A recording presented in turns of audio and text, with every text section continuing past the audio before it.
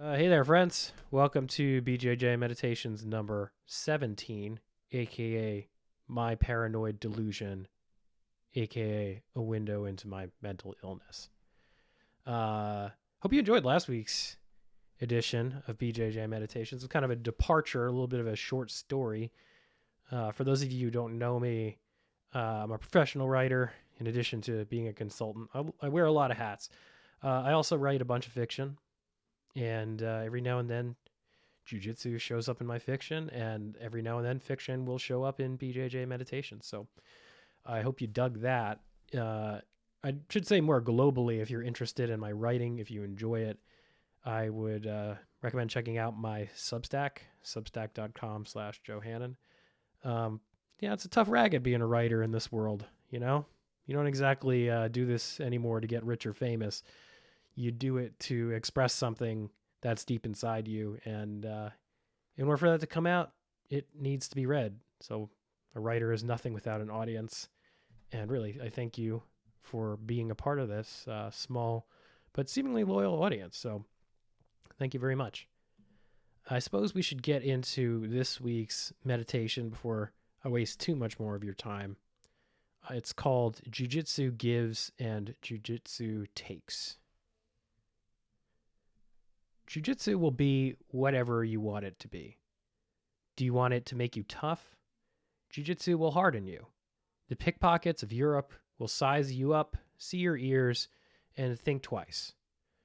But what happens when life demands a gentle touch? Do you want it to make you a competitor? If you give it enough time and the right focus, Jiu Jitsu will walk into the arena with you. You may stand on the podium, you may not. But what will you sacrifice to be all that you can? Who will miss your face at the dinner table? Do you want to be fit? Jiu Jitsu will drop pounds, improve endurance, and add a bit of strength. But it will also break. It breaks bones, ligaments, cartilage, and wills. Jiu Jitsu does not care about the breaking. Do you want to be happy? Jiu Jitsu will flood your system with endorphins. You'll feel highs comparable to sex and upper drugs. And you will also plummet to depths of failure where no light shines. Do you want it to make you wise? A skilled player of the metagame of life? It will, but take yourself too seriously, and will also make you a pedantic, professorial, boring, and if you're not careful, static. Jiu Jitsu will be whatever you want it to be, but Jiu Jitsu gives and takes. Yeah, so I guess what's most salient for me, just so you guys know, a lot of these things I've written months ago, and I haven't revisited them. I can't even tell you what frame of mind I was in when I wrote this. But what's most salient for me this week, revisiting it, is the part about jiu-jitsu breaking bones, ligaments, cartilage, and wills. And jiu-jitsu does not care about the breaking. I think in a lot of ways, that's the most awe-inspiring and also the most disheartening aspect of this game is we love it so much, and it's just so damn hard on our bodies, and it just does not care. You know, it's indifferent. It's indifferent in the same way that the universe is indifferent, right? Like right now, my body feels like it's made out of broken glass. My neck hurts in a weird way I didn't even think was possible. It's not like the back of my neck. It's the weird muscles that plug into my collarbone that are bothering me. I've got bruised ribs.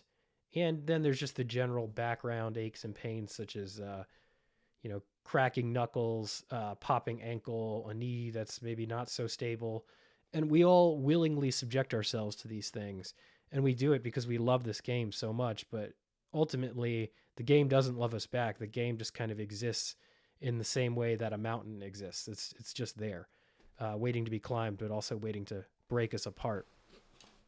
I think that a lot of us come to this sport for a lot of different reasons. And when I wrote each of these paragraphs, specific people come to mind. I can hold their images in my mind's eye.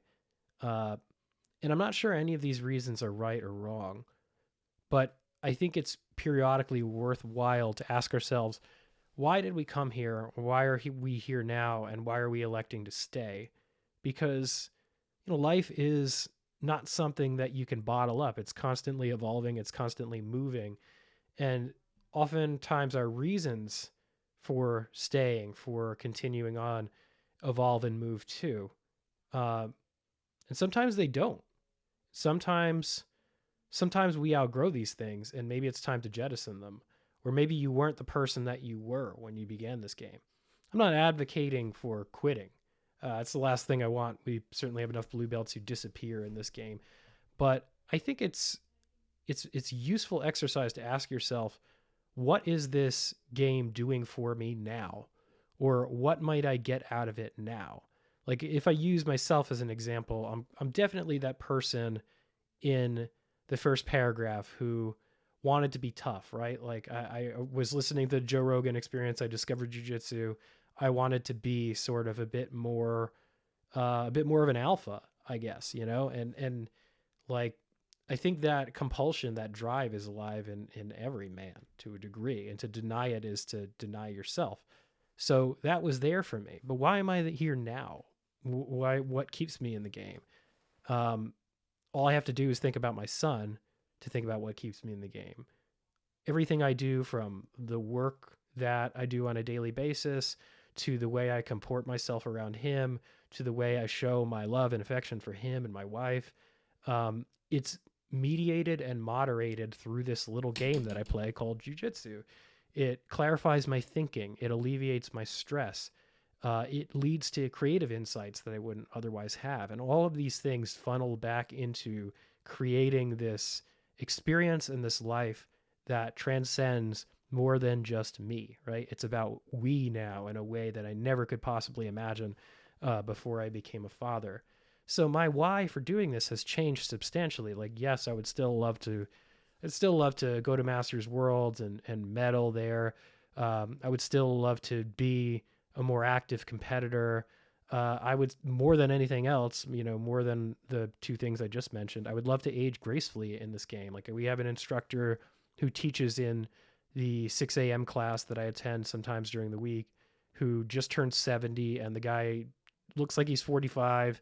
He's strong as hell, and his jujitsu is lights out good. I mean, that's a tangible goal for me to aspire to. But ultimately, why am I doing this? It's so much more than just this simple game of jujitsu. It's about this meta game of life, right?